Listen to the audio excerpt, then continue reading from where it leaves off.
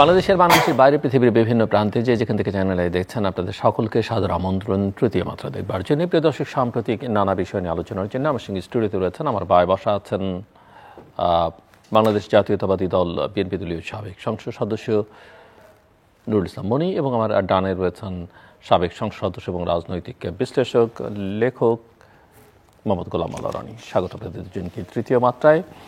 Mister Nurul Islam মনি, বাংলাদেশ জাতীয়তাবাদী দল বিএনপির স্ট্যান্ডিং কমিটির মিটিং শেষে আপনার দলের মহাসচিব বলেছেন জুলাই আগস্টের মধ্যেই নির্বাচন করা সম্ভব। ইতিমধ্যেই সংস্কার কমিশন ইনক্লুডিং নির্বাচন কমিশন সংস্কার কমিশনও তাদের রিপোর্ট জমা দিয়েছে। কিন্তু আমি একটু বুঝতে চাই যে একটা সময় আপনারা একদম প্রথমে 3 মাস, তারপরে যৌক্তিক সময় বলে কোনো দিনক্ষণ না দিয়ে সরকারকে সহযোগিতা করতে চাই, করছি, সবটাই ঠিক আছে, কিন্তু হঠাৎ করে একবার মোটামুটি একটা সময়ই বলে দিলেন যে জুলাই আগস্টের মধ্যেই সে সম্ভব। হঠাৎ করে কি ঘটলো? হঠাৎ করে কি ঘটার, হঠাৎ করে তো কিছু ঘটে নাই। আচ্ছা, বরং নির্বাচনটা ডিলে হওয়াটাই এটা দুর্ঘটনা। ঘটনাটা হলো নির্বাচনটা টাইমলি হওয়া। যেমন জাস্টিস শাহাবুদ্দিন সাহেবের সময় বাংলাদেশের ইতিহাসে সবচেয়ে গ্রহণযোগ্য নির্বাচন হয়েছে, সেটা 3 মাসেই সম্ভব হয়েছে এবং 3 মাসে করা সম্ভব। তো সুতরাং বিএনপি মনে করে যে এইরকম একটা নির্বাচন, প্রথম কথা হলো আমরা মনে করি কি হাসিনা কি ধ্বংস করেছে দেশে। হাসিনা অনেক কিছু ধ্বংস করেছে, তার একটা বিষয় আমি বলি এখন, তারপর সুযোগ হলে অন্য বিষয়ে বলবো। সেটি হলো গণতন্ত্র ধ্বংস করেছে। আমরা তো we are craving for the democracy, we are working for the democracy. এই গভর্নমেন্ট তো ডেমোক্রেসি হবে তারই একটা ফসল, তারই প্রত্যাশায় এই গভর্নমেন্টটা তৈরি হয়েছে। হাসিনাকে হটিয়ে দিয়ে আমরা কি চাই? একটা ডেমোক্রেসি চাই। এই গভর্নমেন্ট তো আর চিরস্থায়ী গভর্নমেন্ট না। যে কোনো একটা গভর্নমেন্টই ল্যান্ডিং করার জায়গাটা একটা ডেমোক্রেটিকভাবে নির্বাচিত একটা গভর্নমেন্ট। সেক্ষেত্রে বিএনপি যেটা বলেছে সেটা সঠিক বলেছে, এবং সেটা যত দ্রুত নির্বাচন হয় ততই দেশের জন্য মঙ্গল। যেন আমি এলাকায় ঘুরি, আমার এলাকায় জানি সেখানে তারা প্রথম বলেছে যে ওই রকম একটা পরিস্থিতিতে তারা বলেছে যে 3 মাসের মধ্যে নির্বাচন, ওকে ফাইন, 3 মাসের মধ্যে নির্বাচন করতে পারবে না। তারা সংস্কার কমিশন গঠন করেছে অনেকগুলো, 10টা সংস্কার কমিশন। তখন তারা বলেছে একটা যৌক্তিক সময়ের মধ্যে আপনার একটা রোড ম্যাপ তৈরি করেন। তো actually practically there is no road map. BNP মনে করে জুন মাসের মধ্যে নির্বাচন হওয়াটাই, হ্যাঁ জুন মাসের মধ্যে আমি মনে করি ব্যক্তিগতভাবে জুন মাস, because from here to it is 5.5 months। তা 5.5 months যা আছে কিছু আছে তা নিয়ে একটা নির্বাচন কন্ডাক্ট করা কোনো প্রবলেম না আমি মনে করি। বাট আপনি কি মনে করেন যে ইলেকশন কমিশন, প্রশাসন যন্ত্র, রাষ্ট্রযন্ত্র যে জায়গায় দাঁড়িয়ে আছে বা সেই জায়গায় তাদের পক্ষে এটা সম্ভব করা? সম্ভব হলো প্রথম হলো এই সরকারের সদিচ্ছা। প্রথমত সদিচ্ছা হলে সম্ভব, সদিচ্ছা না হলে সম্ভব না। এখন সরকারে কারা আছে? সরকারে শেখ হাসিনার তৈরি করা জিনিসপত্র, টুলস যা আছে, যা মেশিনারি এই গভর্নমেন্টের সাথে আছে, সেই সব এই গভর্নমেন্টের সাথে আছে।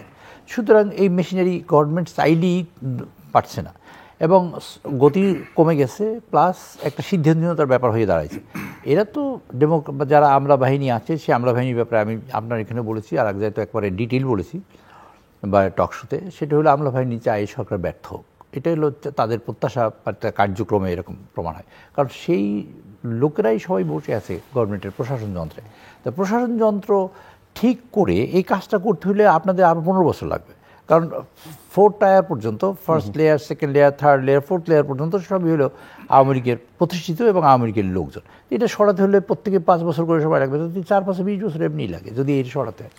সেই ক্ষেত্রে এ দিয়ে যদি গভর্নমেন্ট টাফ হয়, সিরিয়াস হয়, তাহলে এ দিয়েও নির্বাচন করা সম্ভব। যেমন শাহাবুদ্দিন সাহেবের সময় যখন হয়েছে তখন এর সাথে তৈরি করা গভর্নমেন্টই ছিল, আমলারাও ছিল, কিন্তু তারাই একটা ভালো নির্বাচন করেছে। আজকে পত্রিকায় বললাম চাঁপাইনবাবগঞ্জের ডিসি, তিনি ওখানে নির্বাচন রাত্রে করতে দেন নাই এবং নির্বাচন সময় মতোই হয়েছে, আজকে দেখলাম পত্রিকায়। তো সেটা 2টা ওখানে বিএনপি পেয়েছে, একটা পেয়েছে আওয়ামী লীগ। তো নির্বাচন যদি নির্বাচনের মতন হয় এবং সেটা যদি করে এইসব আমলা অথবা যেগুলো, তাদের যদি টাফ হয়, গভর্নমেন্ট যদি মনে করে ইয়েস তুমি do or if you don't do it then you to just go to your pavilion, এরকম একটা পরিস্থিতি যদি আসে, অথবা you are to go face the trial or something like that, তো who is not there? Everybody. আর প্রত্যেকের খাবার ইচ্ছা আছে, প্রত্যেকেরই চাকরি করার ইচ্ছা আছে, আর চাকরির জন্য কীরকম হুড়োড়ি করে দেখেন, আর কেউ চাকরি লুজ করতে চান। সো আমি মনে করি এটা গভর্নমেন্ট ডিজায়ার করলে এবং এই টুলস দিয়ে, এই প্রশাসন দিয়ে একটা ভালো নির্বাচন করা সম্ভব, এবং সেটা নির্বাচন যত তাড়াতাড়ি হয় ততই মঙ্গল। Thank you. আমি আসবো আবার আপনার কাছে। মিস্টার গোলাম মাওলা রনি, আপনি লেখালেখি করেন, সারাক্ষণ নিজের সামাজিক যোগাযোগ মাধ্যমে বিশ্লেষণ দিচ্ছেন, টেলিভিশনে বিশ্লেষণ দিচ্ছেন, রাজনীতির সঙ্গে সংস্রব আছে কি নেই, অ্যাটলিস্ট সাবেক সংসদ সদস্য আপনি রাজনীতির সঙ্গেও আমি বলবো নিবিড়ভাবে যুক্ত ছিলেন বা আছেন, হোয়াট এভার ইট ইজ। তো আমার প্রথম প্রশ্ন যেটা মিস্টার নুরুল ইসলাম মনিকে আমি করলাম, সেই প্রশ্নের উত্তরের সঙ্গে আমি বাড়তি যেটা আপনার কাছ থেকে একটু শুনতে চাইবো, এবং আমি একটু সূচনা আপনাকে 5টা মিনিট সময় দিতেছি। আমার সাম্প্রতিককাল এক ধরনের হেকটিক ট্রাভেলসের মধ্যে দিয়ে আমি গেছি, এখানে সেখানে ঘোরাঘুরি করেছি। তো যেখানেই গেছি বাংলাদেশিদের সঙ্গে কথা বলে, কথা প্রসঙ্গে কে কী করছে, কার বিশ্লেষণ কীরকম, কে কী লিখছে, সেগুলো নিয়ে যখন কথা ওঠে, আপনার বক্তব্য নিয়ে অনেকেই শুনতে চাচ্ছে। এবং আমি সরি যে আমার ফলো করা হয় না, আমার নিজেরটাও আমি ফলো করতে পারি না, মানে ট্রাভেল করবার কারণে প্রচুর। সো আমি একটু আপনার কাছে বুঝতে চাই যে আপনি কী বলছেন। মানুষ খুব কনফিউজড আসলে, যে আসলে আপনি কোত্থেকে কোথায় যাচ্ছেন, কেন কি বলছেন। কিন্তু মানুষের মধ্যে আমি যেটা লক্ষ্য করেছি যে আপনার কথাবার্তাকে কেন্দ্র করে তাদের মধ্যে প্রচুর কৌতূহল, আগ্রহ এবং এক ধরনের কনফিউশনও তৈরি হয়েছে। প্লিজ। না, এর মূল কারণ হলো আপনি দেখুন যে আমার ওই প্রশ্নটাও যে বিএনপি যেটা চাইছে জুলাই আগস্টের মধ্যে, সেটা সম্ভব কি না। আমি খুব সংক্ষিপ্ত আকারে আপনি যা জানতে চেয়েছেন A to Z বলার চেষ্টা করব নির্ধারিত সময়ের মধ্যে। প্রথমত, মির্জা ফখরুল ইসলাম আলমগীর সাহেব একজন আপাদমস্তক ভদ্রলোক মানুষ। তো যার জন্য উনি এই কারণেই জুলাই আগস্ট মাসের মধ্যে নির্বাচনটা চেয়েছেন। ওনার সিটে যদি মনি ভাই থাকতেন, আমি থাকতাম, তাহলে আমি বলতাম মার্চ মাসে নির্বাচনটা দিয়ে দেওয়াটাই বেটার। এর কারণ উনি অবশ্য বলেছেন ওনাদের স্ট্যান্ডিং কমিটির সিদ্ধান্তের বা আলোচনার প্রেক্ষিতে, ওটাভাবে বলেছেন। বাট ইন্ডিভিজুয়াল যদি আমাকে বলা হতো বলার জন্য ডক্টর মোহাম্মদ ইউনূসের কাছে, তো আমি বলতাম যে আপনি অনতি বিলম্বে মার্চ মাসের মধ্যে, আরও বেটার হয় ফেব্রুয়ারি মাসের মধ্যে যদি দিয়ে দেন, এটা ভালো হয়। কারণটা কি? কারণটা হলো যে আমরা বিশ্বাস করে, সবাই বিশ্বাস করে তাকে একটা আমানত দিয়েছি, এবং এ জাতির এত সমন্বিত বিশ্বাস ইতিপূর্বে অন্য কোনো রাজনৈতিক ব্যক্তিত্ব পায়নি, যেটা ডক্টর মোহাম্মদ ইউনূস পেয়েছেন। এখন আমরা তাকে আনকন্ডিশনালি দিয়েছি, এবং মেন্টালি মোরাললেস আমি জুলাই আগস্ট সেপ্টেম্বর মাস পর্যন্ত বলতে পারি যে সমস্ত রাজনৈতিক দলগুলোই মনে প্রাণে তারা বিশ্বাস করছে যে ঠিক আছে, বছর দুয়েক চলুক, তারপরে সব কিছু স্ট্যাবল হোক, তারপরে একটা সুন্দর নির্বাচন হোক। এটা তাদের একটা অনেস্ট থিঙ্কিং ছিল। এর কারণে হলো বিএনপি নিজেও জানে, ধরুন এখন জনাব তারেক রহমান দেশের বাইরে আছে, তো উনি আছেন এখন প্রায় 20 বছর, 17-18 বছর দেশের বাইরে আছেন। তো বোঝার চেষ্টা করুন যে পলিটিক্যালি যদি বঙ্গবন্ধুর সঙ্গে তুলনা করেন, হি ইজ এ মাস্টারপিস। মাত্র 9 মাস উনি দেশের বাইরে ছিলেন না। তো 9 মাস পরে তিনি বাংলাদেশে এসে দেশের বাইরে ছিলেন, অর্থাৎ তিনি দেশের ভেতরে ছিলেন না। এবং 9 মাস পরে এসে তিনি তার দীর্ঘদিনের বন্ধু তাজউদ্দিন সাহেবকে চিনতে পারলেননি। তিনি মোস্তাক সাহেবকে ভুলে গিয়েছেন, তোফায়েল সাহেবকে চিনতে পারেননি, আসম আব্দুর রবকে ওজন করতে পারেননি। ফলে কি হলো, সব কিছু এলোমেলো হয়ে গেছে। কিন্তু বঙ্গবন্ধুর হাতে যদি 1 বছর 2 বছর সময় থাকতো দেখার মতো, তাহলে তার এই পলিটিক্যাল ব্লান্ডারগুলো হতো না। এখন জনাব তারেক রহমান সাহেব যদি 17 বছর দেশের বাইরে থাকেন, এখন উনি ওখানে বসে স্কাইপেতে কথা বলছেন, দলের যারা নেতাবৃন্দ আছেন তাদের সঙ্গে কথাবার্তা বলছেন, সেটা এক কথা। কিন্তু যখনই উনি পল্টন ময়দানে এসে বক্তব্য দিবেন, উনি যখন একটা অফিস নিয়মিত করবেন, হাজার হাজার নেতাকর্মী তার কাছে যাওয়ার পরে, এবং একটা বিরোধ পক্ষ এখানে তৈরি হয়ে যাবে। এখন ওই বিরোধ পক্ষকে মোকাবেলা করার জন্য রাষ্ট্রের যে একটা শক্তি দরকার, সেই শক্তিটা ক্রমশ এই ডক্টর মোহাম্মদ ইউনূসের নেতৃত্বে বিশ্বাসহীনতায় পরিণত হয়ে যাচ্ছে। আপনি চিন্তা করুন, এমনকি যেদিন শেখ হাসিনার পতন হলো আগস্ট মাসের 5 তারিখে, ওই দিন পর্যন্ত থানা, পুলিশ, প্রশাসন, ল অ্যান্ড অর্ডার সিচুয়েশন সম্পর্কে সাধারণ মানুষের যে বিশ্বাস ছিল, আজকের দিনে কিন্তু সেই বিশ্বাসটা নেই। তো এই বিশ্বাসটা নেই কেন? ডক্টর মোহাম্মদ ইউনূস এবং তাদের যারা লোকজন আছেন তাদের অদক্ষতার কারণে, কিংবা নন কোঅপারেশনের কারণে, অথবা অতি চালাকির কারণে, অতিমাত্রায় চালাকির কারণে। সেই চালাকিটা কি? সেই চালাকিটা হলো, তারা আমার কাছে কেন জানি মনে হচ্ছে যে একটা বিশেষ রাজনৈতিক দলকে, বিএনপির মতো একটা রাজনৈতিক দলকে একেবারে পলিটিক্যালি ডিস্ট্রয় করে দেওয়ার জন্য, তাদের বিরুদ্ধে নিত্য নতুন মানে বদনাম হবে, চাঁদাবাজি হবে, দখলদারিত্ব হবে, এই সমস্ত বদনামগুলো বিএনপিকে অক্টোপাসের মতো আঁকড়ে ধরবে, এবং যখন সত্যিকার অর্থে ভোট হবে তখন মানুষ বলবে যে না, ভোট দিলে বিএনপি আসবে, আমরা এই ভোট চাই না, বিএনপিকে চাই না। ওইরকম একটা অরাজকতা পরিস্থিতির সৃষ্টি হওয়ার মতো একটা পথ তৈরি হয়ে গেছে গত 5 মাসে। তো এর ফলে কি হলো, বিএনপির যারা কর্তৃপক্ষ তারা দেখতেছে যে এই সরকারের হাতে যতদিন ক্ষমতা থাকবে, যত প্রলম্বিত হবে, এই যে তাদের যে এখন দুর্নাম এবং বদনাম, এটার সংখ্যা বাড়তে থাকবে, অবিশ্বাসের সংখ্যা বাড়তে থাকবে। এমনকি আওয়ামী লীগ জমানাতে তাদের ভিতরে যে বিশ্বাস ছিল, অস্তিত্ব ছিল এবং একটা ফাইটিং টেন্ডেন্সি ছিল, এটা এখন বুমেরাং হয়ে যাচ্ছে তাদের দিক থেকে। এই জন্য মূলত এই দলটিকে বাঁচিয়ে রাখার জন্য, এই দলটিকে টিকিয়ে রাখার জন্য বিএনপি এর ছাড়া, দ্রুত নির্বাচন করা ছাড়া আর কোনো উপায় নেই। There is no way, otherwise তাদেরকে আজীবন এইভাবে জাতীয় পার্টি হয়ে বা ধরেন আরও ছোট ছোট পার্টির মতো হয়ে তাদেরকে বাঁচতে হবে। এই হলো বাস্তব অবস্থা। আপনার নিজের কথা? এটা আমার নিজের কথা না, এটা হলো ওই আমার মূল প্রশ্নের উত্তর, কিন্তু আপনাকে ব্যক্তিগতভাবে আমার একটা প্রশ্ন ছিল। প্রথমত হলো যে আমি খুব ছোট করে, আপনার সময় কিন্তু প্রায় শেষ। হ্যাঁ, প্রায়। আমি খুব ছোট করে হলো যে গত 3-3.5 মাস ধরে আমি আসলে কোনো টেলিভিশনগুলোতে যাচ্ছি না। টেলিভিশনগুলোতে যাচ্ছি না, দুটো অনুষ্ঠান করেছি, আপনার এই একটা অনুষ্ঠান আর একটা বোধহয় মতি ভাইয়ের অনুষ্ঠান, ফ্রন্টলাইনে যাচ্ছি। এর কারণ হলো এখানে যে বিষয় নিয়ে আলোচনা করব, একটা প্রতিপক্ষ যারা আসতেছেন তারা যে বক্তব্য দিচ্ছেন, আমি এদের সঙ্গে বার্গেনিং করা, কথা বলা, কাউন্টার কোনো কথা বলা, সাজেস্ট করার মতো আমার আলাদা কোনো আমার তথ্যপাত্র আমার কাছে মনে হচ্ছে না যুক্তিযুক্ত যে it will be very attractive. তো আমি আমার নিজের যে ফেসবুক আমার যে ইউটিউব চ্যানেল, সেখানে আমি যেই জিনিসগুলো করি সেটা হলো প্রতিদিন যে ঘটনাগুলো ঘটছে, প্রতিদিন এবং এক একটা দিন কিন্তু এক এক রকম ঘটনা ঘটছে। আজকে ধরুন গতকালের আগের দিন পর্যন্ত ধারণা ছিল যে টিউলিপ সিদ্দিকী পদত্যাগ করবেন না, কিন্তু আজকে টিউলিপ সিদ্দিকী পদত্যাগ করেছেন। আচ্ছা, তা যখন টিউলিপ সিদ্দিকী পদত্যাগ করল তখন আমার ভাষণ কি হবে? একরকম হবে। আবার টিউলিপ সিদ্দিকী পদত্যাগ করার যে লেটারটা লিখেছেন সেটার অ্যাগেনস্টে প্রধানমন্ত্রী তাকে ধন্যবাদ দিয়ে যখন বলছেন যে আমার দরজা আপনার সবসময় খোলা, তো এখন আমি কি বলবো বলেন? তা আমি যখন প্রতিদিনের ডে টু ডে যে ঘটনা, সেই ঘটনার যে একটা পলিটিক্যাল যে বিশ্লেষণ করছি, সেই বিশ্লেষণ শোনার পরে যারা সাধারণত গভীরে যায় না বা আগেরটা শুনিনি, তারা চিন্তা করে যে ভদ্রলোক সকালে একরকম বললো, এখন দুপুরে আর এক রকমের কথা বলে। এই কিছুক্ষণ আগে ইনু সাহেবের প্রশংসা করলেন, এখন আবার ইনু সাহেবকে বলতেছেন এটা ঠিক হচ্ছে না। বিএনপির আপনি মনে করেন যে আপনার গতি, প্রকৃতি, লক্ষ্য সব সুনির্দিষ্ট? হ্যাঁ, জি, আমি একেবারে সুনির্দিষ্টভাবে আমি এগোচ্ছি। যাকে বলা হয়, প্রথমত আমি নিজের সঙ্গে নিজের প্রতি বিশ্বাস এবং আস্থা রাখার চেষ্টা করছি, এবং আমি কখনো নিজের সঙ্গে প্রতারণা করছি না কোনো একটা বিষয়।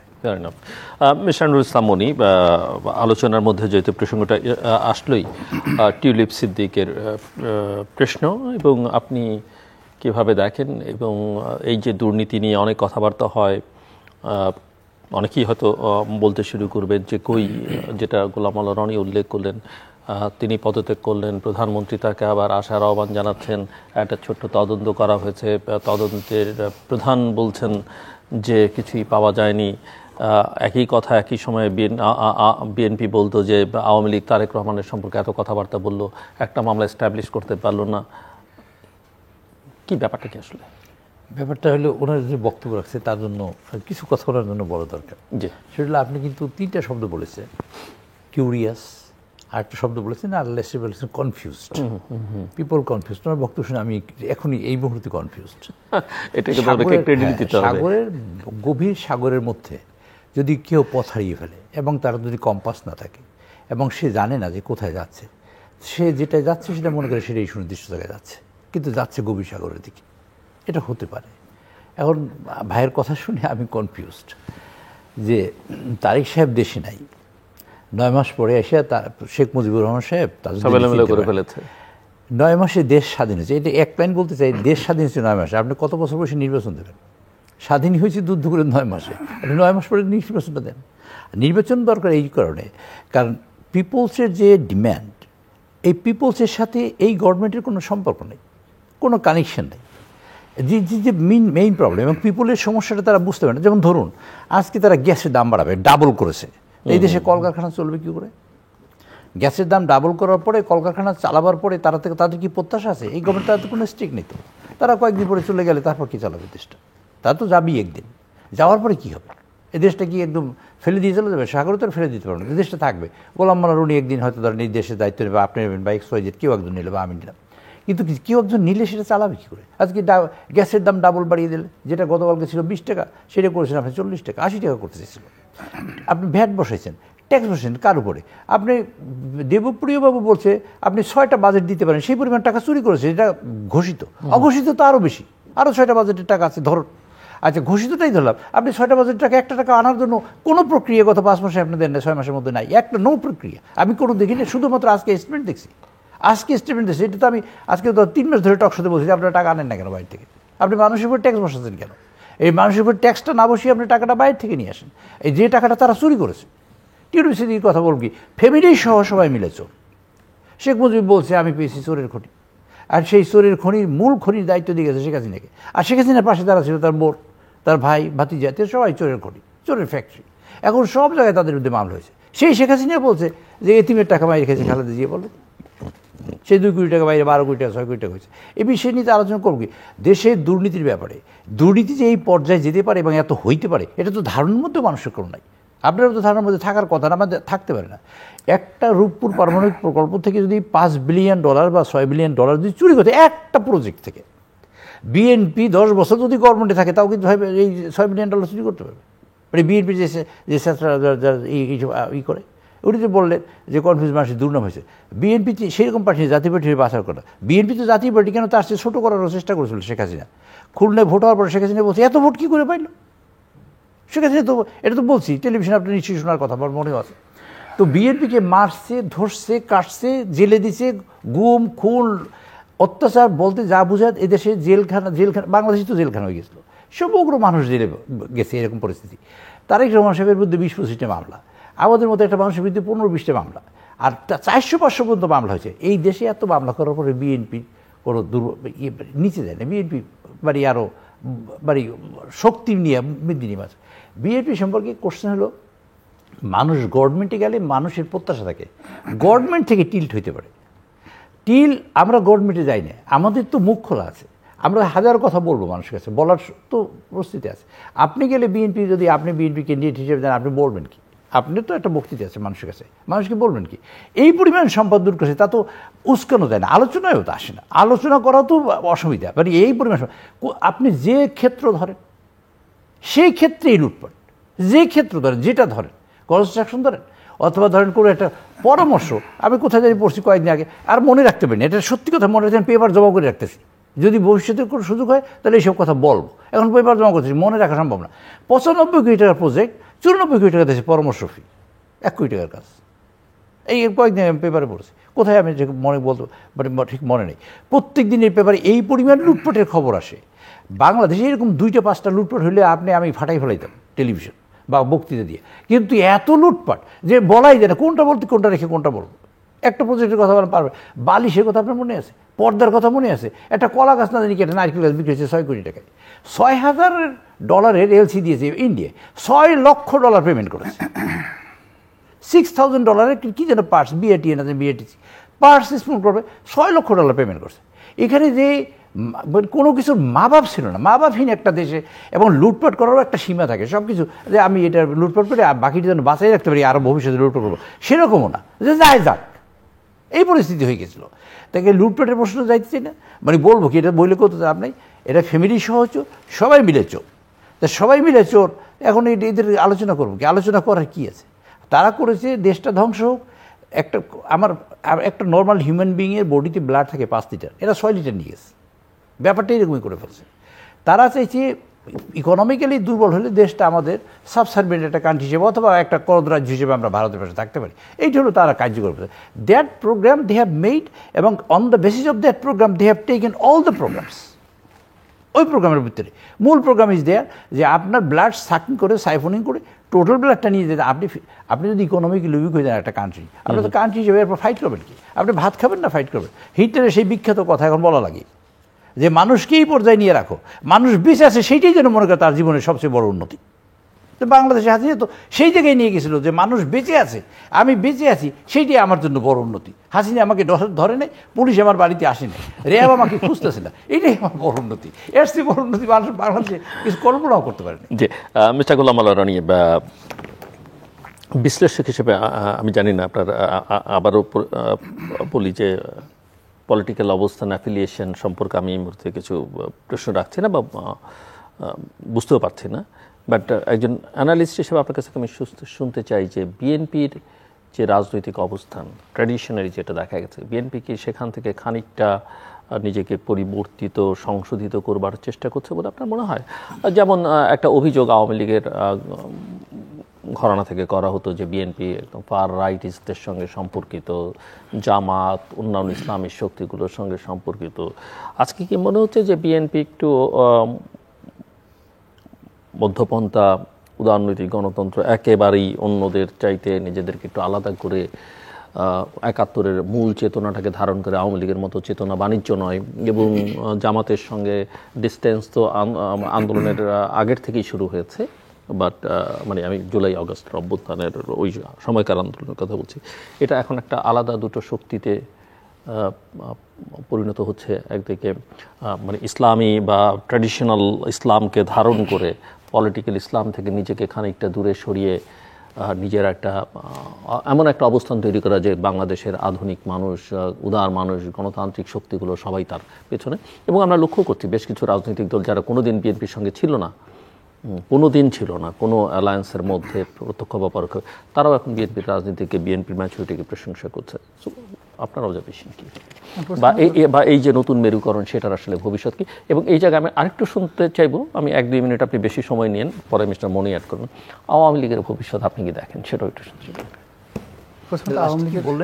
আওয়ামী লীগের ভবিষ্যৎ কি দেখেন, মানে এই যে নতুন মেরুকরণ, নতুন পরিস্থিতি, আওয়ামী লীগকে আসলে কোথায় আপনি দেখেন? আমি প্রথমত যেটা বলি, আওয়ামী লীগের এই মুহূর্তে ইন্ডিপেন্ডেন্টলি অ্যান্ড ইন্ডিভিজুয়ালি রাজনীতি করার কোনো ভবিষ্যৎ নেই। যদি সরকার অথবা বিএনপির মতো শক্তিশালী একটি রাজনৈতিক দল তাদেরকে কোনো উইন্ডো করে না দেয়, তাহলে এই মুহূর্তে রাজনীতিতে এন্টার করার কোনো রকম সুযোগ তাদের নেই। কিন্তু যদি ধরেন সরকার বা বিএনপি তারা বাধা হয়ে দাঁড়ালো না, মানে সরকার তাকে নিষিদ্ধ করলো না, তাকে বললো না যে তুমি ইলেকশন করতে পারবে না, তাহলে সম্ভব না। আবার বিএনপি তারা মাঠে নামলেই তাদেরকে পেটাতে যাবে না, তাতে সম্ভব না। এই কারণ হলো যে জনরোষ রয়ে গেছে, জনরোষটা একটু কমেনি।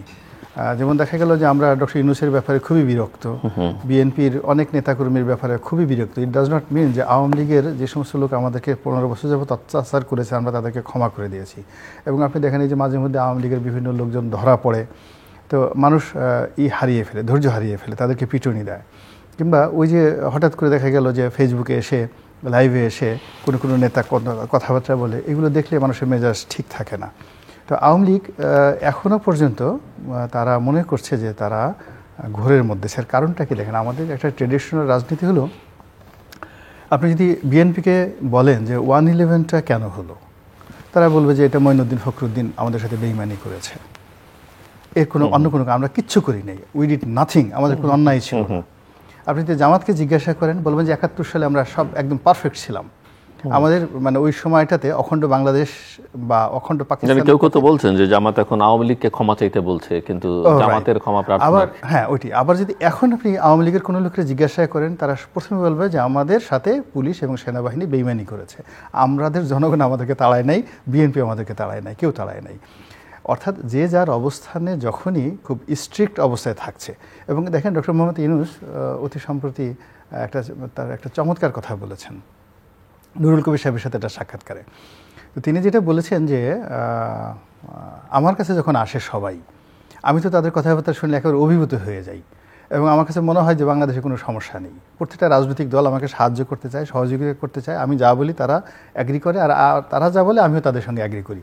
কিন্তু এই রুম থেকে বের হয়ে যাওয়ার পরে কিসে কী হয়ে যায় আমি আর কোনো কিছু বুঝতে পারি না। তো এই যে রাজনীতির একটা জটিল আবর্ত, এর আবর্তটা হলো যে প্রত্যেকটা রাজনৈতিক দল যারা আছে, ধরেন বিএনপি, জামাত, জাতীয় পার্টি, আওয়ামী লীগ, 4টি রাজনৈতিক দলের তাদের ইতিহাসের কোনো একটা জায়গার জন্য এখনও পর্যন্ত তারা সরি বলেও নাই এবং তারা বলবে না।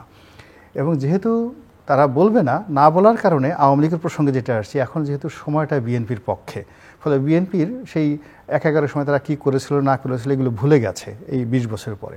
কিন্তু আওয়ামী লীগের যে ঘাগুলো সেগুলো এখনও দগদগে রয়ে গেছে। ফলে এই অবস্থাতে যদি তারা এসে ওয়াকারুজ্জামানকে একটা গালি দেয়, পুলিশকে একটা গালি দেয়, কিংবা এখন সে যদি আবার তারেক রহমান সাহেবকে সে আগের মতোই ওই ভাষায় কথা বলে, আবার সেই রাজাকারের নাতিপুতি কথা বলে, তাহলে এই জিনিসগুলো জনগণ আবার বিক্ষুব্ধ হয়ে উঠবে। এই জিনিসটা আওয়ামী লীগের লোকজন এখন পর্যন্ত বুঝতে পারেনি। তো যতক্ষণ পর্যন্ত তারা সেই বিষয়গুলো বুঝতে না পারবে, ততক্ষণ পর্যন্ত এই জনপদে রাজনীতি করার মতো মোরাল ক্যারেজ তাদেরকে আপনাদের তো অনুশোচনা থাকতে হবে, সরি বলতে হবে। তো আমি তো কাউর ভিতরে সেই জিনিসগুলো দেখিনি। এটা গেল আওয়ামী লীগ সম্পর্কে। আর দ্বিতীয় যে প্রথম যে প্রশ্নটি আপনি করেছিলেন, সেটা হলো বিএনপির যে রাজনীতি বা চলমান অবস্থা, জামাত সম্পর্ক, অর্থাৎ এই সময়টার মধ্যে ধর্মভিত্তিক রাজনৈতিক দলগুলোর তৎপরতা, এখানে এই সময়টার মধ্যে এত দ্রুত এত কিছু ঘটেছে যে বিএনপির অনেক বড় বড় নেতা, একেবারে বড় বড় নেতা, তারাও বুঝতে পারেনি যে এটা কি করে হলো। যেমন দেখুন, সরকার ডক্টর ইউনূস যেখানে শপথ নেননি, তার আগে অ্যাটর্নি জেনারেল নিয়োগ হয়ে গেল। এখন বিএনপির অনেক সিনিয়র নেতৃবৃন্দ যে how it is possible, Asad সাহেব কী করে অ্যাটর্নি জেনারেল হলেন, তারা অনেকে অবাক হয়ে গেলেন। আবার দেখা গেল 8 তারিখ, জুলাই মাসের 8 তারিখ রাত্রি 2টো না 3টা পর্যন্ত সচিবালয়ের অনেকগুলো রুমে বাতি জ্বলেছে, এবং সেখানে সেই বড় বড় পোস্টগুলোতে মুহূর্তের মধ্যে, ওই দিন 24 ঘন্টার মধ্যে সেই লোকজন সব নিয়োগ হয়ে গেল, সংস্থাপন সচিব থেকে শুরু করে ক্যাবিনেট সচিব, শিক্ষা সচিব, বড় বড় পদগুলো। এবং খুঁজে খুঁজে দেখা গেল এইগুলোর সাথে অলমোস্ট সবারই একটা বিশেষ রাজনৈতিক দলের একটা সম্পর্ক আছে। এরপর উইদিন 1 উইকের মধ্যে যখন বিএনপি এলো, বিএনপি যারা লোকজন এলো, তারাও দেখা গেল যে বিএনপির কোনো রাজনৈতিক সিদ্ধান্ত নেই, কোনো হাইকমান্ডের কোনো নির্দেশনা নেই, কোনো প্ল্যান নেই, পরিকল্পনা নেই। কিন্তু পুলিশে, সেক্রেটারিয়েটে এমন অনেক কোনো ঘটনাগুলো ঘটলো, যেই ঘটনার দায়গুলো পুলিশ মানে বিএনপির উপরে আসলো, এবং ওই ঘটনার জন্য বিএনপি এবং জামাতের মধ্যে সম্পর্কটাগুলো নষ্ট হয়ে গেল। এবং সেই নষ্ট কিন্তু কোনো রাজনৈতিক নেতাকর্মীদের কারণে হয়নি, মানে আমার জন্য বা মনীষ সাহেবের জন্য হয়নি। এখন দেখুন, যে আমলা যারা ছিলেন, পুলিশের বলেন, সিভিল সার্ভিসে বলেন, ইভেন জুডিশিয়ারিতে যারা ঢুকে গেছেন, এই মানুষগুলো কিন্তু গত 15 বছরে মানে আওয়ামী লীগ যেই কয়বার জয় বাংলা বলেছে, তার চেয়ে বেশি জয় বাংলা বলেছেন। যারা শাস্তি পেয়েছিল, চাকরি থেকে দূরে ছিল, তারা নিরাপদ দূরত্বে গিয়ে চুপচাপ থেকেছে, যে অ্যাটলিস্ট আমার মধ্যে এখন আওয়ামী লীগের পন্থী আমলারা যেভাবে আছে, বিএনপি পন্থী আমলারা কিন্তু গত 15 বছর ওইভাবে ছিল। বিএনপির জন্য আমি একটা খুব সেন্সিটিভ পোস্ট, আমি জানি যে এই লোকটা একেবারে বিএনপির লোক, কিন্তু তার কাছে বিএনপির পরিচয় নিয়ে তার কাছে বসার পর্যন্ত সুযোগ পাইনি। এই সময়টার মধ্যে দেখা গেল বিএনপির একজন সেই মির্জা ফখরুল ইসলাম আলমগীর সাহেবের যে ক্ষমতা, তার চেয়ে বেশি ক্ষমতা সেই আমলাদের হয়ে গেছে এই সময়টার মধ্যে।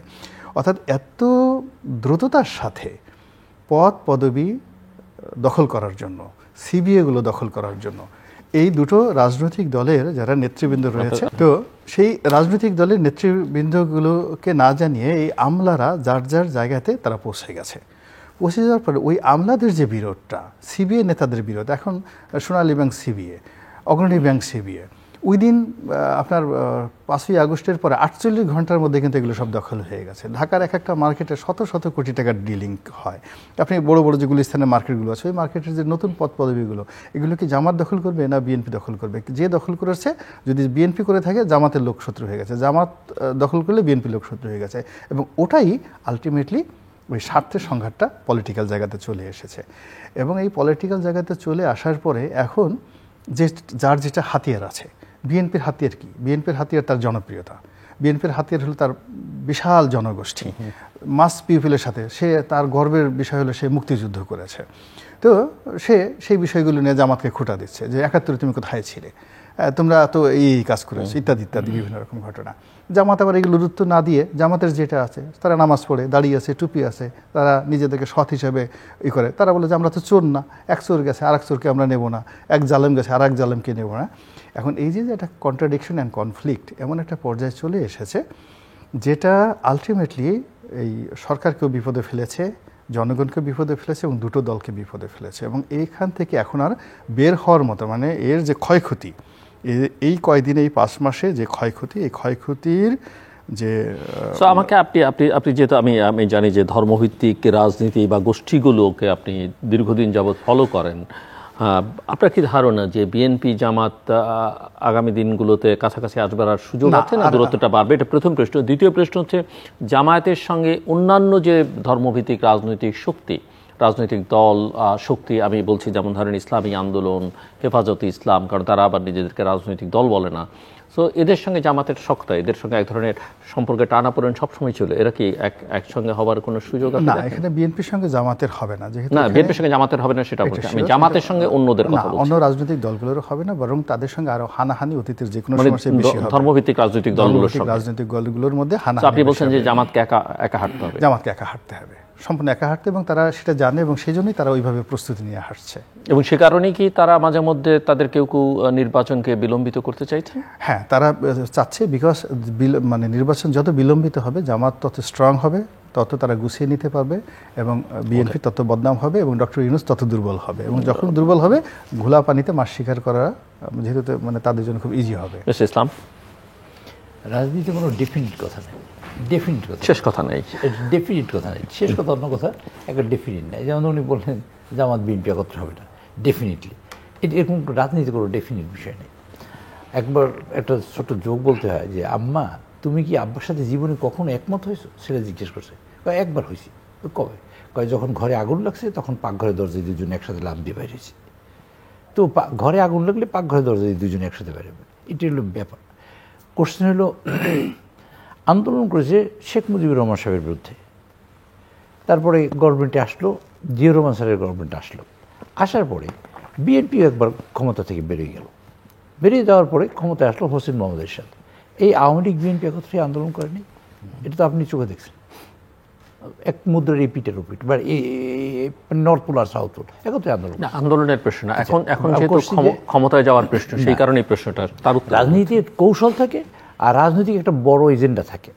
এই আপনি শাক নিলেন কি, মূলা নিলেন কি, কচু নিলেন, কলা নিলেন, এই নিয়ে রাজনীতির ডিসিশন হয় না। রাজনীতির ডিসিশন হবে ব্রড স্পেকট্রামে। আপনি ডেমোক্রেসিতে বিশ্বাস করেন কিনা?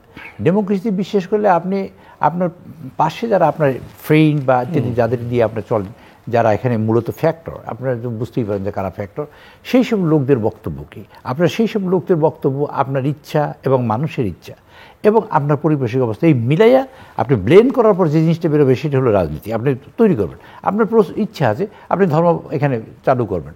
আর বাংলাদেশ, পাকিস্তানে ইমরান খান সৎ মানুষ, জেলে আছে, একে জেলে আছে দীর্ঘদিন ধরে। আবার বিশ্ব রাজনীতিতে যদি ইমরান খানের কথা বলেন, একজন সৎ এবং পরিচ্ছন্ন রাজনীতিবিদ এবং ভালো রাজনীতিবিদ, দেশপ্রেমিক, কিন্তু লোকটা আছে জেলে।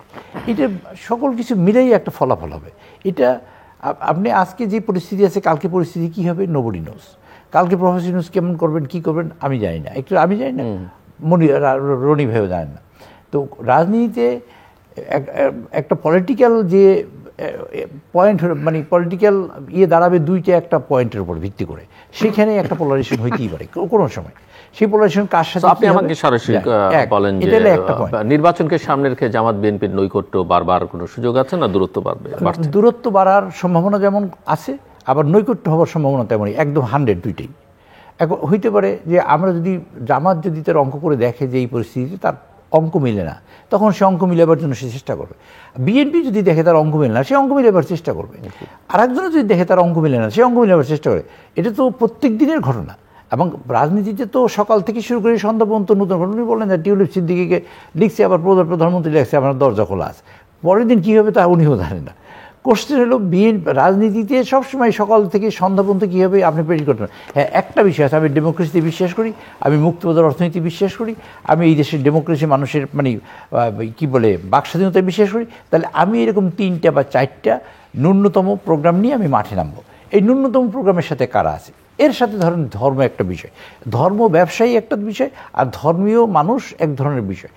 একটা পর্যায়ে ধরেন হেফাজত যখন এখানে আন্দোলন করে, এইখানে যখন ঢাকা, আপনার মনে আছে এরশাদ সাহেব পর্যন্ত নাইমে পানি খাওয়ানো শুরু করলো মানুষের।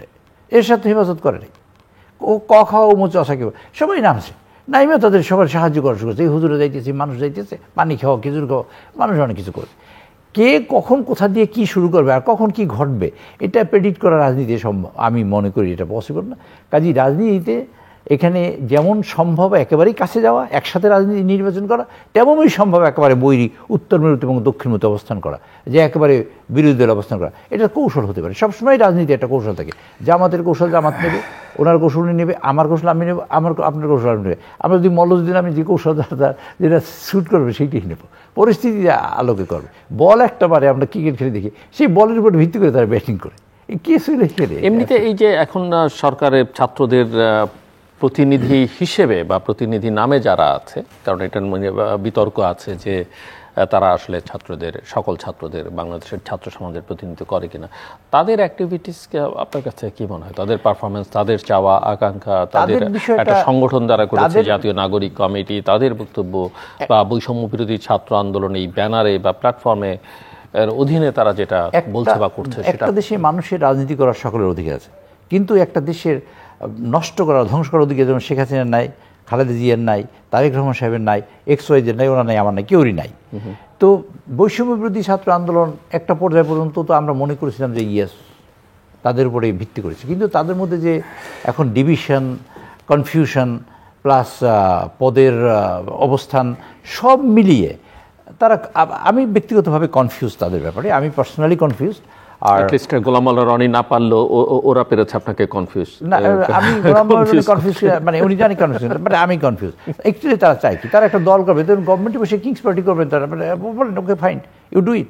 আচ্ছা, আবার আজকে দেখলাম আপনারা ক্ষমতা থেকে সেরে আসেন, কালকে যেন কি বললো, মানে কে যেন কাকে বললো, পড়তে চাই না এখন, আর পড়তে মন চায় না, কারণ এত বেশি প্রবলেম হয়ে গেছে যে পড়তে মন চায় না। যেইটি একটা ইন্টারেস্ট নিয়ে পড়লাম, যেইটি একটা ইন্টারেস্ট নিয়ে, মানে পরিস্থিতি এইখানে এসে দাঁড়াইছে। আপনারা ধরুন আমার এলাকায় গতকালকে গেছে বরগুনায় বৈষম্য বিরোধী ছাত্রদলের, তো তারা একটা ছবি আছে আমার কাছে, এই টেলিফোনে আছে, 8-10 জন ছেলে, তারা ধাওয়া করছে কেমন যাই, তার পান দোকানে বসে পানের লোকের সাথে, পান দোকানের সাথে কথা বলতেছে। এই কার্যক্রম করে আপনারা কি অ্যাকচুয়ালি রাজনীতি করবেন, অ্যাকচুয়ালি চান কি? আপনাদের এতদিন বসে আমার যা ধারণা হয়েছে, বৈষম্য বিরোধী ছাত্র আন্দোলনের একটা শক্ত অবস্থান আছে, সেটা হলো ইন্ডিয়ার বিরুদ্ধে কথা বলে, এটা একটা শক্ত অবস্থান তার। আর আমি একটা কনক্লুশন আসছি যে একটা শক্ত অবস্থান।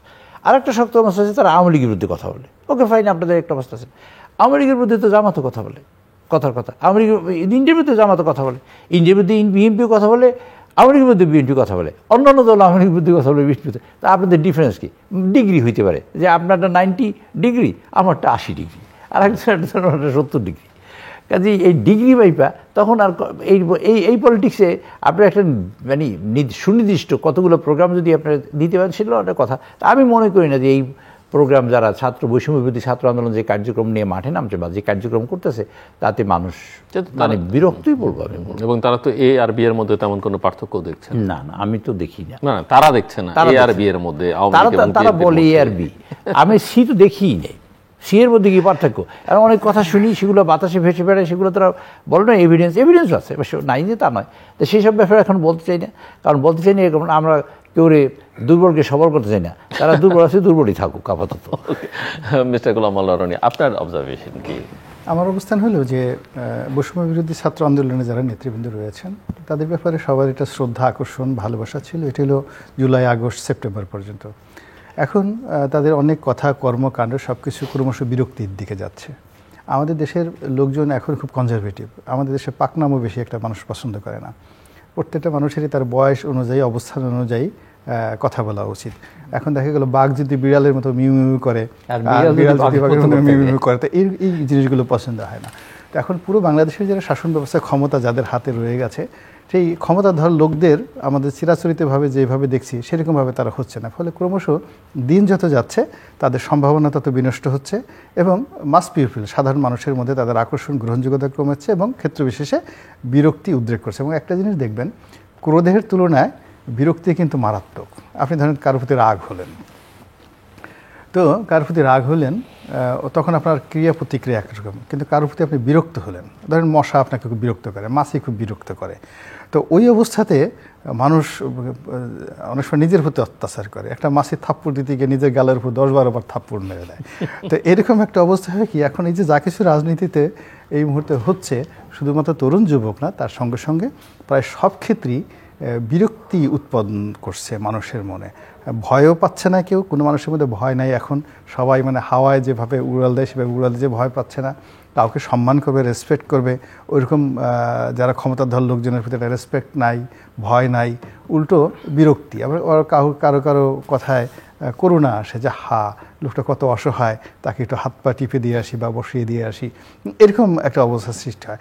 এরকম না, রাজা মানে কিং ইজ কিং। যিনি রাজা হবেন তার একটা ঘোড়া থাকবে, তার একটা রাজপ্রাসাদ থাকবে, তার হাতে চাবুক থাকবে, তারপরে শেষে তার বাসার সামনে বড় মানে সেই মোসওয়ালা সেই দারোয়ান থাকবে, আমরা তাদেরকে ভয় পাবো, রাজা যায় এই অবস্থা। রাজা যদি সেখানে ভিখারির মতো আচরণ করে, হ্যাঁ, তাহলে তো এই জিনিসগুলো হয় না। এখন পুরো রাজনীতি, রাজার যে নীতি, আমি বারবার এখানে বলেছি ষষ্ঠী তৎপুরুষ সমাস, তো সেই রাজার যে নীতি, সেই রাজার যে নীতি, রাজনীতিটা এখন বলতে গেলে ক্ষমতা যাদের হাতে তারা বলছে আমরা রাজনীতি বুঝি না। আরে বাবা, it's a political post, political portfolio and political office. ফলে এখানে আপনি যত কিছুই বুঝেন না কেন, ওটা এখানে দুই পয়সার মূল্য নাই। ওই চেয়ারে বসতে হলে আপনাকে শুধুই রাজনীতি সবার আগে বুঝতে হবে।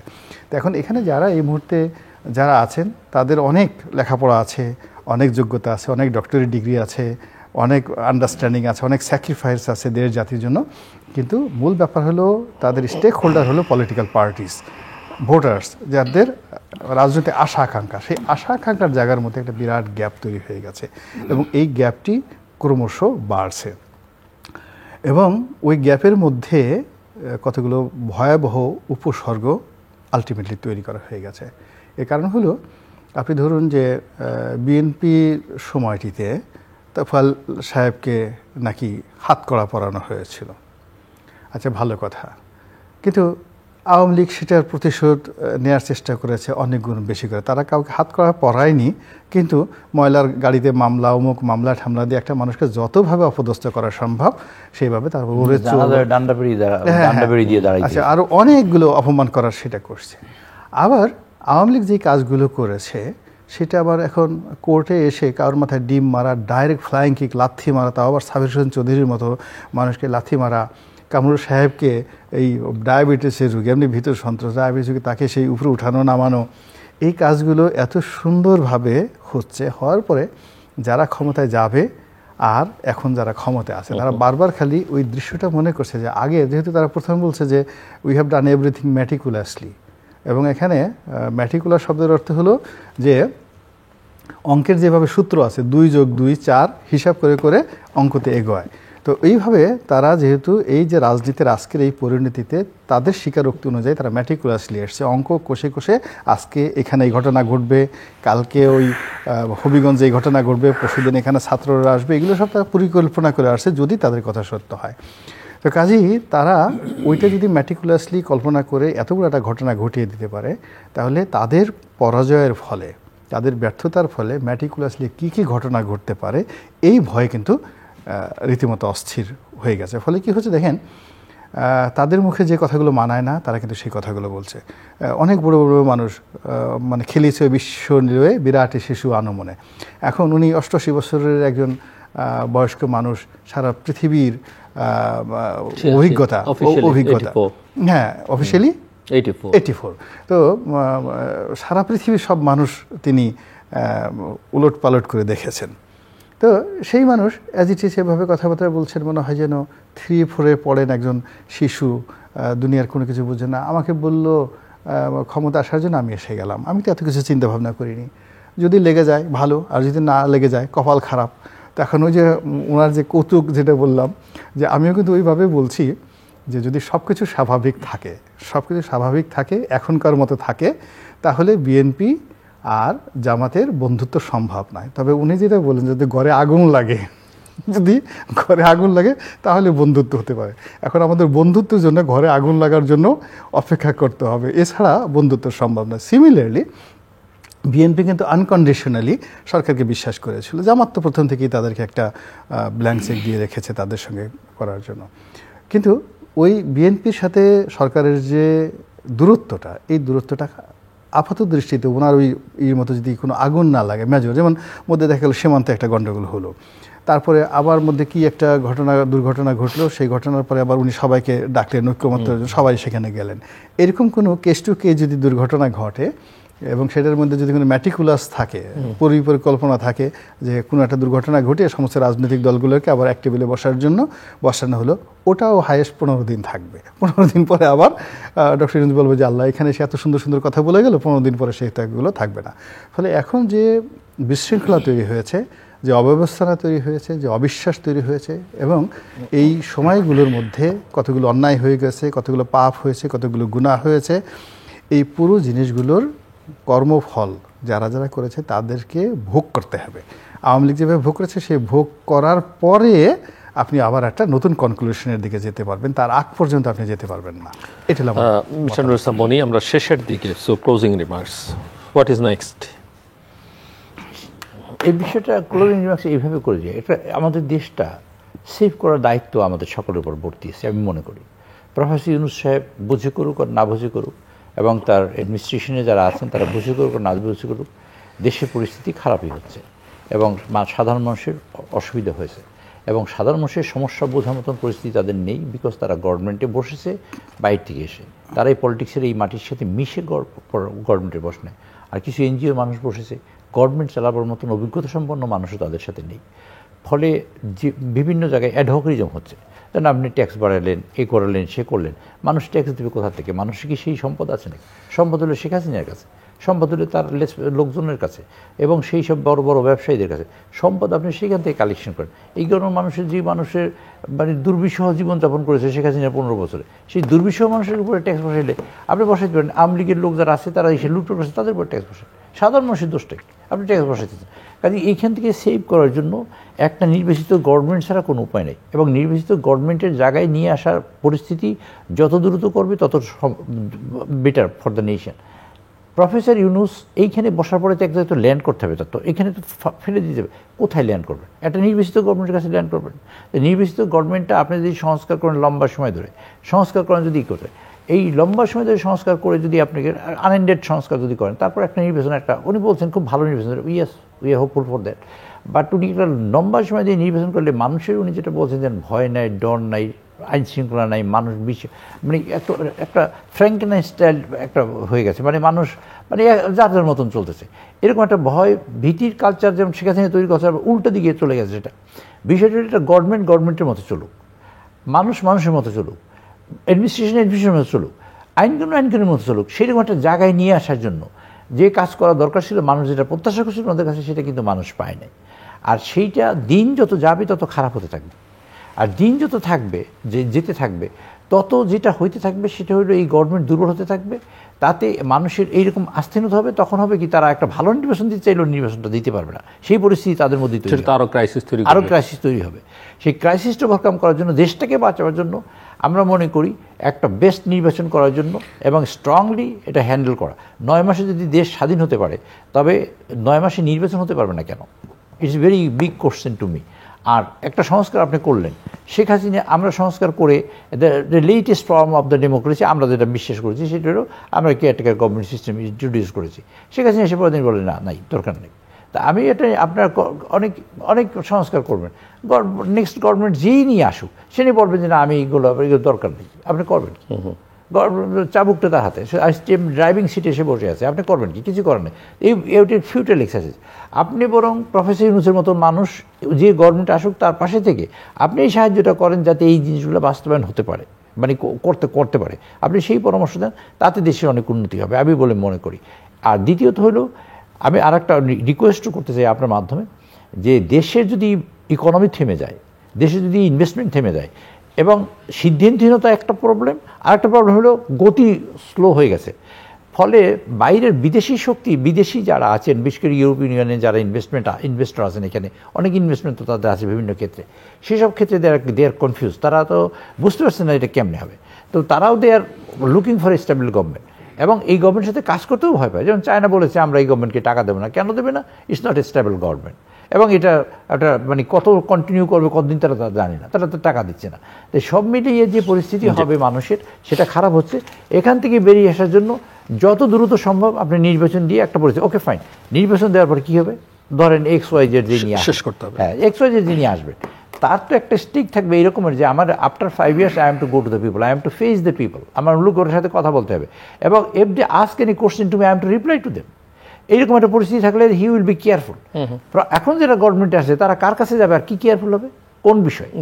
সুতরাং সেই পর্যায়ে আনার জন্য একটা নির্বাচন অতীব জরুরি এবং সেটা দেওয়া উচিত, এবং সেটা শক্ত নির্বাচন হোক, ভালো নির্বাচন হোক, এটা মানুষ প্রত্যাশা করে, মানুষ এটা চায়, সেটা আপনারা করেন। এটি আমি আপনার কাছে আপনার মাধ্যমে সরকারের কাছে প্রত্যাশা। অনেক ধন্যবাদ মিস্টার গোলাম আলা রনি। আমার বক্তব্য হচ্ছে সরকার এই মুহূর্তে একটা ফ্রি ফেয়ার ইলেকশন দেওয়ার বা ক্রেডিবল একটা ইলেকশন দেওয়ার মতো 1% তার মাজার কোমরে জোর নেই। এখন যদি একটা নির্বাচন হয় বাংলাদেশের 300 আসনে বিএনপি পাশ করে যাবে। বিএনপির একটা কোনো প্রার্থীর, আমি তো কোনো জায়গাতে আমাদের আমি সিলেটে বিএনপির প্রার্থীর সামনে দাঁড়াবে 1 ঘন্টা তো দাঁড়াতে পারবে না, 300 আসনে বিএনপি আসবে। তো এখন বিএনপি 300 আসনে যদি আসে তাহলে এই একতরফা নির্বাচনে দেখা যাচ্ছে ভোটাররা আসবে না, তাহলে সেই ব্যালট বাক্স ভরা থেকে শুরু করে আবার সে ঝামেলা। তো এইগুলো নিয়ে এই সমস্যাটা সৃষ্টি হতো না যদি উনি আসার সাথে সাথে যদি শাহাবুদ্দিন সাহেবের মতো ফ্রি অ্যান্ড ফেয়ার কথাবার্তা বলে এই ডিসেম্বরের মধ্যে, মানে যে ডিসেম্বর গেল অর্থাৎ জানুয়ারির মধ্যে নির্বাচন দিয়ে দিত, তাহলে হয়তো বিএনপি 260, 270 বা ইভেন 200+ সিট পেত, জামাত 30-35টা সিট পেত, অন্যান্য দলগুলো স্বতন্ত্র অনেকে দাঁড়াতো, এটা খুব একটা ইজিলি হয়ে যেত। কিন্তু এখন যে অবস্থার সৃষ্টি হয়েছে সেটা হলো গত 5 মাসের যে ল অ্যান্ড অর্ডার সিচুয়েশন ছিল, সেখানে পুলিশের যে কথা, এখন পুলিশের ওসি সাহেব থানার মধ্যে নিরাপদ না। তো তিনি কি করে বিএনপির একজন যুবদলের নেতা বা ছাত্রদলের নেতা তাকে কন্ট্রোল করে ওখানে ভোট র্যাগিং বন্ধ করবেন, এই মাঠের দৃশ্য এখন ওই পর্যায়ে নেই। এই টোটাল জিনিসটাকে ইভেন এখন দেখুন, সেদিন দেখলাম যে সেনাবাহিনীর এক কর্মকর্তা ছাত্রদের সাথে বার্গেনিং করছে এবং সে ভয় দেখাচ্ছে, তোমরা জানো আমাদের ম্যাজিস্ট্রেসি পাওয়ার আছে। তখন তাদেরকে চ্যালেঞ্জ জানাচ্ছে যে ওকে আপনি অ্যাকশনে যান, দেখি আপনার কি ম্যাজিস্ট্রেসি পাওয়ার আছে, অ্যাকশনে যান। তো ভদ্রলোক কিন্তু আর সাহস পেলেন না। তো বাংলাদেশে মিলিটারির সামনে ওইভাবে দাঁড়িয়ে কেউ কথা বলবে ইতিপূর্বে আমরা তো এটা কল্পনাও করতে পারিনি, কিন্তু এই ঘটনাগুলো এখন বাস্তবে ঘটছে। ফলে সব মিলিয়ে অর্থাৎ আপনি দেখা গেল যে গোল আলু, তারপর লাল আলু এই ম্যাশ করে ফেলছেন, ভর্তা বানিয়ে ফেলছেন। ভর্তা বানিয়ে এখন যদি বলেন এটা আলাদা করেন, আপনি সেটা আলাদা করতে পারবেন না। অর্থাৎ আপনি যে কলাটা খুলে ফেলছেন, কলা খুলে যদি এখন বলছে যে একটু বুঝিয়ে দাও, আপনি সেই কলাটা আবার স্বাভাবিক অবস্থা রাখতে পারবেন না। তো ওনরা এই গত 5 মাসে পুরো পরিবেশ পরিস্থিতি এমন একটা জটিল পর্যায়ে নিয়ে গেছেন। এখন আমরা দাবি করছি, আমরা অনেকে কিছু দাবি করছি, যদি সত্যিকার অর্থে আমাকেও যদি আর জায়গায় বলতে বলা যে ঠিক আছে you do it, I can't do it, because পরিস্থিতিটা এখন ডক্টর মোহাম্মদ ইউনূস সবাই মিলে এমন একটা জায়গাতে নিয়ে আসছে ডেড এন্ডে, যে ওখানে গর্তের মধ্যে পড়তে হবেই। এখন সবাই গর্তের মধ্যে কিভাবে কখন কোন জায়গাতে পড়বো এটা হলো দেখার বিষয়। দর্শক, অনুষ্ঠানের শেষ প্রান্তে আমরা সামাজিক যোগাযোগ মাধ্যম ফেসবুক, এক্স এবং ইউটিউবে তৃতীয় মাত্র লাইভ স্ট্রিম হচ্ছে, আপনারা দেখতে পারেন। আর টেলিভিশনের পর্দায় দেখতে না পারলে যে কোনো সময় যে কোনো স্থান থেকে ইউটিউবে বা তৃতীয় মাত্র চ্যানেলটি সাবস্ক্রাইব করে এই পর্ব বা পুরনো পর্বগুলো আপনি দেখতে পারেন। মিস্টার গোলাম আলা রনি এবং মিস্টার নুরুল ইসলাম মনি, অসংখ্য ধন্যবাদ এই আলোচনা শুনবার জন্য। দর্শক, আমার অতিথিরা বর্তমান পরিস্থিতি বিশ্লেষণ করবার চেষ্টা করেছেন এবং পরিস্থিতির যে খুব একটা উন্নতি হয়নি সেটা বুঝিয়েছেন আমার এক অতিথি তার ওই এক কথার মধ্য দিয়ে, যে বিগত সরকারের সময়ে এরকম একটা ধারণা তৈরি হয়েছিল, মানে এরকম একটা পরিস্থিতি তৈরি হয়েছিল যে বেঁচে থাকাটাই হচ্ছে উন্নতি। আজকেও সেই একই অবস্থা, বেঁচে থাকাটাই উন্নতি। ইনভেস্টমেন্ট নাই, না ডোমেস্টিক না ফরেন, সবাই একটা স্ট্যাবল গভর্নমেন্ট দেখতে চাইছে, গভর্নমেন্টের কোনো স্ট্যাবিলিটি দেখতে পাচ্ছে না, তারা পারফর্ম করতে পারছে না, ওনারাই বলছিলেন। এবং দিন যত যাবে সরকার তত দুর্বল হবে। এমনকি ওনারা এটাও বলছেন, কথায় কথায় আরেকজন বলছিলেন যে এখনও যদি তারা নির্বাচন দেয়, সেই নির্বাচন করানোর বা নির্বাচন করবার, মানে নির্বাচন কমিশনকে একটা ভালো নির্বাচন করবার সহায়তা দেবার যে সরকারের শক্তি, সেটাও ওনারা মনে করেন নেই। এবং রাষ্ট্র পরিচালনা বলতে যেটা বোঝায় তার সঙ্গে রাজনীতির সম্পর্ক আছে। যারা ক্ষমতায় বা দায়িত্বে বা সরকারে আছেন তাদের সঙ্গে রাজনীতির কোনো সম্পর্ক আছে, রাজনৈতিক দলগুলোর কোনো সম্পর্ক আছে, জনগণের সঙ্গে কোনো সম্পর্ক আছে, ওনারা সেটা মনে করেন। এমনকি কথা বলতে বলতে এই কথাও বলেছেন যে কর্মফল যেভাবে শেখ হাসিনা এবং আওয়ামী লীগ ভোগ করেছে, ওনাদেরকে ওই একই ইঙ্গিত করে ওনারা বলছেন যে এদেরও কর্মফল ভোগ করতে হবে। এখন কর্মটা কি সেটা আপনারা যারা টেলিভিশন সেটের সামনে আছেন তারা বিচার করবেন। এবং এই যে ক্ষমতায় কে যাবে না যাবে, আওয়ামী লীগের প্রশ্নে ওনারা বলছেন যে তার কোনো ভবিষ্যৎ তারা দেখতে পান না, কারণ তার মধ্যে ন্যূনতম আওয়ামী লীগ নেতৃত্বের মধ্যে, কর্মীদের মধ্যে ন্যূনতম কোনো তাদের ভোটার আছে, সমর্থক আছে নেই সেটা বলা যাবে না, হয়তো তারা দৃশ্যমান নয়, কিন্তু তাদের মধ্যে কোনো অনুশোচনা নেই। অপরাধ বোধ নেই, পাপ বোধ নেই। এটা একটা বড় সমস্যা ওনারা মনে করেন। এবং ক্ষমতার থাকা যাওয়ার সঙ্গে এগুলো অনেকগুলো সম্পর্ক, সেটা ওনারা এই আলোচনার মধ্যে যে অনেক রকমের স্টেক হোল্ডার আছে, সেটা দেশের ভেতরে দেশের বাইরে নানা রকমের প্রতিষ্ঠান আছে, নানা রকমের ব্যক্তিবর্গ আছে, তারা রাজনীতিতে ভোটে ম্যাটার করে। জনগণের ইচ্ছা আরেকটা বড় ব্যাপার, এবং যে বা যারা রাজনীতি করেন, নির্বাচন করেন, তাদের ইচ্ছা অনিচ্ছা একটা বড় ব্যাপার। সেটা ওনারা আলোচনার মধ্য দিয়ে বোঝাবার চেষ্টা করছেন। সব কথা শেষ কথা, একমাত্র সমস্যার সমাধান হয়তো চূড়ান্ত সমস্যা সমাধান হবে না, হয়তো আরও অনেক পথ আমাদের হাঁটতে হবে, কিন্তু আপাত দৃষ্টে সমস্যার সমাধান একটাই, সেটা হচ্ছে নির্বাচন। এবং বাংলাদেশের এগিয়ে যাওয়ার পথে একটাই সমাধান, সেটা হচ্ছে গণতন্ত্র, এবং তার প্রাথমিক ন্যূনতম পূর্বশর্ত হচ্ছে নির্বাচন। সেই নির্বাচন করতে হবে, এবং সেটা সরকারের সদিচ্ছা থাকলেই যত দ্রুত সম্ভব, এমনকি তো 1-2 মাসের মধ্যে, 3 মাসও সময় দিতে চাইছেন অন্তত ওনাদের আলোচনায়, যেটুকু আমি বুঝেছি। নির্বাচনই হচ্ছে সমাধানের একমাত্র পথ। জামাত বিএনপির সম্পর্ক কি, সেটা নিয়ে পরিবেশ পরিস্থিতি অনুযায়ী সেই সম্পর্ক নির্ধারিত হবে, এবং সেক্ষেত্রে আওয়ামী লীগ বা অন্যান্য রাজনৈতিক দলগুলোর সঙ্গে সম্পর্কের ক্ষেত্রে একই কথা প্রযোজ্য। আমাদের সঙ্গে থাকবার জন্য অসংখ্য ধন্যবাদ। আপনাদের সবার জন্য শুভকামনা।